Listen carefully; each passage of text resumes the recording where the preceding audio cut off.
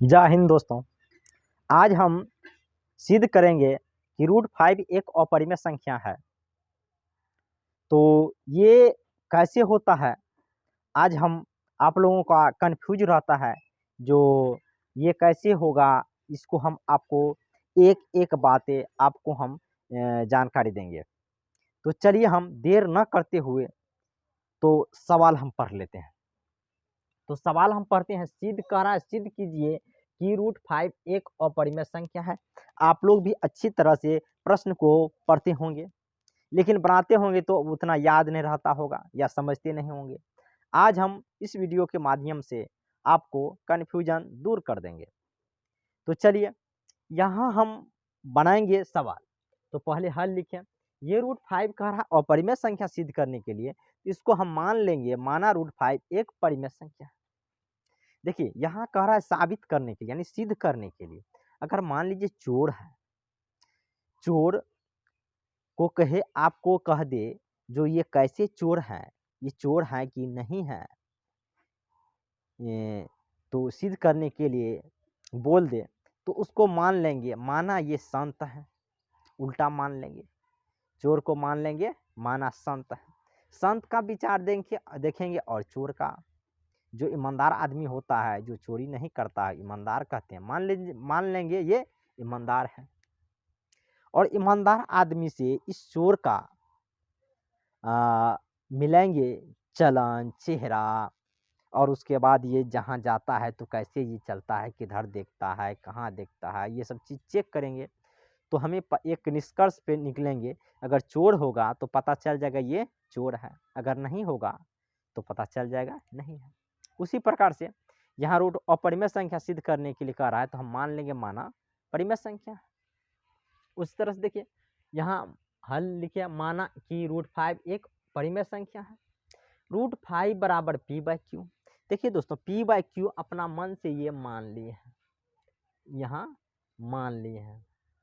√5 बराबर p/q माना, यानी मान ले लिए, माना, यहाँ लिख देना है माना, माना। जहाँ p एवं q सह अभाज्य संख्या है तथा q बराबर नॉट इक्वल 0, यानी सह अभाज्य कहने का मतलब होता है दोस्तों जो उसका केवल एक के अलावा दूसरा कोई गुणनखंड न हो। तो यही से हमें सिद्ध होगा। अगर एक के अलावा दूसरा कोई गुणनखंड होगा तो हम समझ जाएंगे ये परिमेय संख्या नहीं है, ये अपरिमेय संख्या है। यही हमें सिद्ध करना होता है। तो चलिए हम करते हैं। यहाँ लिखे हैं दोनों तरफ वर्ग करने पर, दोनों तरफ वर्ग कर दिए, √5 का स्क्वायर और p/q का स्क्वायर कर दिए। वर्ग का मतलब होता है पावर 2 चढ़ा देना।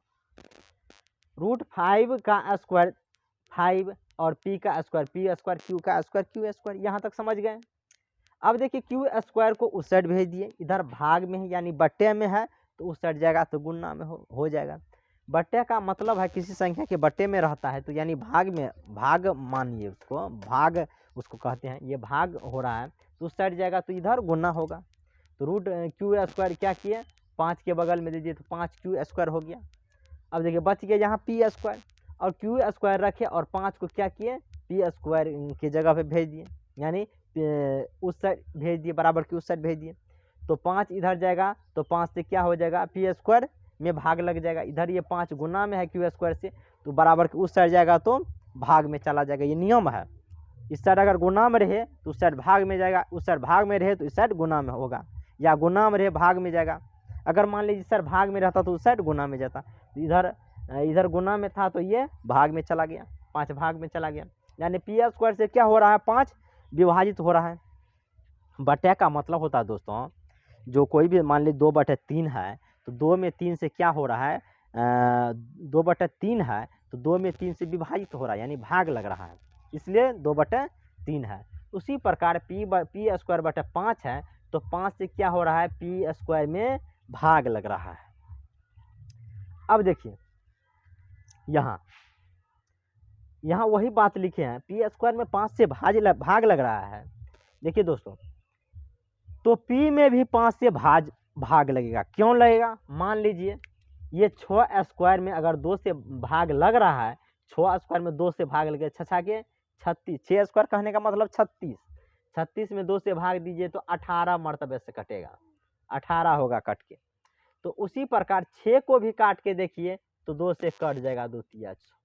ऐसा संख्या कोई भी लीजिएगा तो कट जाएगा, यानी 6 स्क्वायर कटेगा तो 6 भी कटेगा। उसी तरह से पी स्क्वायर 5 से कट रहा है तो 5 भी पीस को काट देगा, यानी भाग लग जाएगा। काटने का मतलब भाग लग जाएगा, यानी भाग लगने का मतलब विभाजित होना।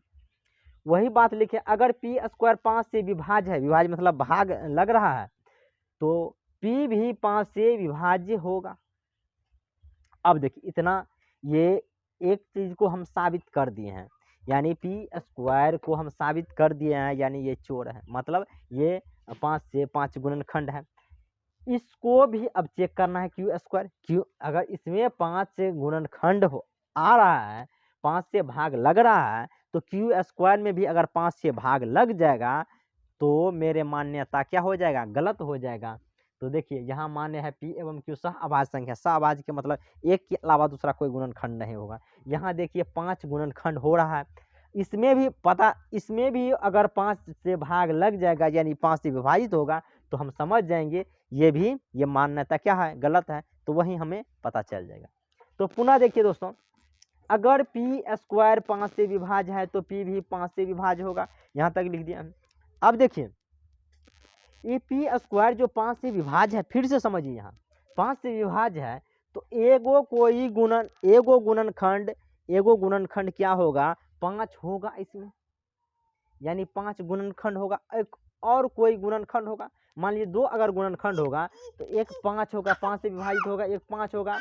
एक और अगर 5 से अगर भाग लग रहा है तो एक 5 भी होगा, इसमें गुणनखंड करेंगे तो एक 5 भी होगा। और एक और कोई संख्या होगा, मान लीजिए 2 संख्या होगा, एक 5 होगा, एक और कोई संख्या होगा, तो एक कोई और संख्या होगा तो उसको हम मान लेंगे सी। तो इसलिए मान लिए P बराबर 5C, P बराबर क्या मान लिए 5C। देखिए यहाँ क्या किए, देखिए इसको तो समीकरण 1 मान लिए हैं, यहाँ समीकरण 1 में P का मान रखने पर, समीकरण 1 में क्या किए हैं दोस्तों, P का मान रख दिए हैं। अब कहाँ मतलब रखेंगे, देखिए तो समीकरण 1 को यहाँ छाप लिए हैं, उतार लिए हैं। क्यू स्क्वायर बराबर पी स्क्वायर बटे 5, क्यू स्क्वायर बराबर, देखिए पी स्क्वायर का पी का मान क्या है 5C है, तो पी के जगह पे 5C दे दिया, स्क्वायर है तो स्क्वायर लगा दिए। 5 का स्क्वायर हो गया 25, सी का स्क्वायर सी स्क्वायर, बटे 5 है तो बटे 5 कर दिया। अब देखिए तो 5 से काटेंगे तो 5 मरतबे से कट गया, तो क्या हो गया 5C हो गया, यानी क्यू स्क्वायर बराबर 5C। अब देखिए, अब सी स्क्वायर को रख लिए, 5 को उस साइड भेज दिए हैं, तो सी स्क्वायर बराबर क्या हो गया क्यू स्क्वायर बटे 5। यहाँ देखिए फिर वही बात हो रहा है, पहले पी स्क्वायर 5 से विभाज्य हो रहा था, अब क्यू स्क्वायर भी 5 से विभाजित हो रहा है।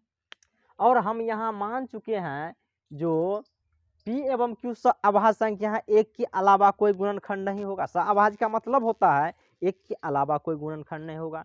यहाँ एक के अलावा 5 गुणनखंड आ रहा है, दोनों में, उसमें भी 5 आ रहा है, इसमें भी 5 आ रहा है। वही बात लिखे हैं, क्यू स्क्वायर 5 से विभाजित है, अगर क्यू स्क्वायर 5 से विभाज्य है तो Q भी 5 से विभाज्य होगा। अब देखिए, अतः विरोधाभास है, विरोधाभास के मतलब यहाँ लिखे हैं, अतः विरोधाभास है। तो देखिए विरोधाभास का मतलब होता है हमें विरोध आभास हो रहा है, यानी ये जो माने हैं, यानी चोर को माने हैं ये ईमानदार व्यक्ति है, ये तो हमें जो ये माने हैं ईमानदार है, ये ईमानदार नहीं है, इसका लक्षण से पता चल रहा है चोर है। उसी प्रकार से यहाँ पर भी वही बात हुआ, जो यहाँ विरोधाभास है, यानी हम माने थे केवल एक सहअभाज्य संख्या, ये सहअभाज्य संख्या नहीं आ रहा है, तो अतः विरोधाभास है। हमारी गलत कल्पना के कारण √5 एक परिमेय संख्या है, अतः √5 एक परिमेय संख्या है।